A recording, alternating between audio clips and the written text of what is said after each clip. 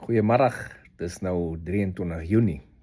Nou net klaar met 'n baie interessante briefing. Ons kry so 2 keer 'n maand briefings van verskillende plekke af. Ons wat in die militêr is. Hierdie een het gegaan oor space superiority. Wat is die kanse vir Amerika om space superiority te hou, te kry en te behou?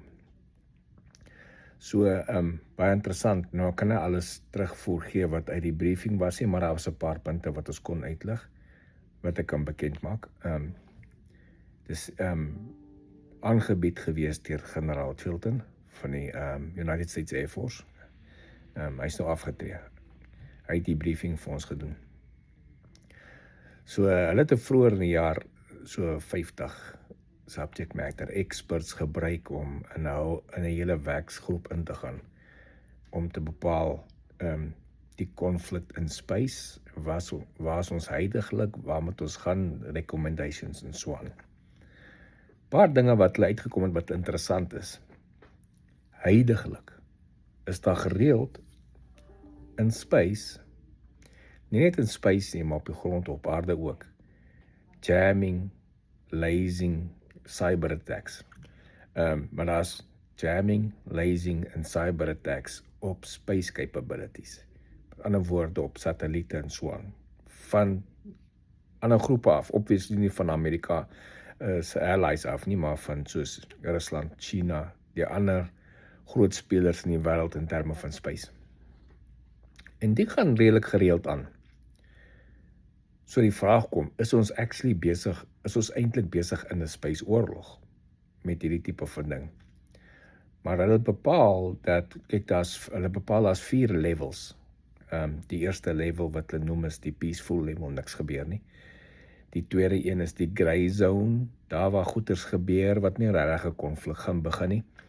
Dan kom jy by die hostility fase waar hulle nou konstant, jy weet, mense interrupt jou service, interrupt goeders, en dan die laaste een is full-out conflict, wat including nuclear war insluit. So, hierdie groep het bepaal dat ons sit in die grey zone, die tweede vlak, en dis die zone waar daar gereeld lasing of cyber attacks of jamming op van ons satelliete is, en van ons space capabilities is. Nou, ons sien net satelliete nie, as ander goed ook in die space. Wapens, onder andere in die tipe van ding. Tracking goed in space. Net so vir interessant, vir die wat nie weet nie, daar is ver meer as 10.000 satelliete in orbit om die aarde. Klomp daarvan is obviously behoort aan die Amerikaanse lugmag en aan die Amerikaanse military. So dit is die zone waar ons vandag trek. Nou van hulle recommendations wat hulle gemaak het vir die regering is increase in capability, in ander woorde launch capability increase, om meer gereeld te kan en makliker te kan goed lanseer space toe in terme van satelliete, wapens, die tipe van ding. Baie meer training en exercise moet aangaan, soos gewoonlik.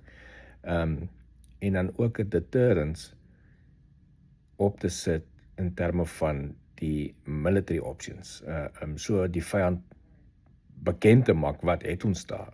Soos mens almal weet nou, Amerika het oor die 5.000 nuclear warheads, Rusland het oor die 5.000 nuclear warheads. Dis 'n deterrence vir mekaar, hulle weet die ander het soveel, so ons gaan mekaar met nukes aanval nie, want ons weet, dan gaan ons onsself ook ons alies sien.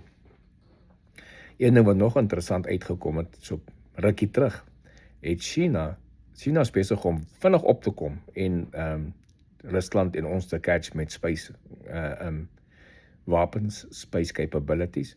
Hulle het so rukkie terug, een van hulle dooie satelliete geskuif van 'n ander orbit in, net om te wys wat 'n capability hulle het, om 'n dooie satelliet wat nie meer in gebruik is nie, te skuif. Nou normaalweg as jy 'n dooie satelliet het, dan eventually begin hy sy orbit te verloor, en hy begin terugval, en dan kom hy in die atmosfeer en hy brand uit. Hulle het die vermoë, en dan met 'n dooie satelliet, en om satelliete te skuif, het jy nog fuel onboord nodig, om sy klein jets aan die gang te kry, om te skuif. So hulle het die vermoë gehad om 'n dooie satelliet te skuif in 'n ander orbit in. En dis maar net 'n show of force, dis wat hulle doen. Dis soos jy op die aarde 'n parade hou met al jou wapens, 'n show of force. Hulle het dit gewys net, wat kan hulle doen? So dis 'n interessante ding en daar's klomp ander goed wat bespreek is wat ons nou nie kan uitbring hier nie. Maar dis wat mense moet dophou vir die future. Space oorlog, space capabilities. Daar's dinge wat daar buite gebeur wat baie mense op aarde nie van weet nie. En dit is ook maar goed mense weet daarvan nie, want dit kan jou dis skrikwekkend as jy weet wat alles daar in space kan aangaan. Moontlik kan aangaan. Ek gaan nog nie verder daar uitbrei nie en wat se wapens daar moontlik kan wees. Dis 'n interessante ding vir vandag. Sien julle later.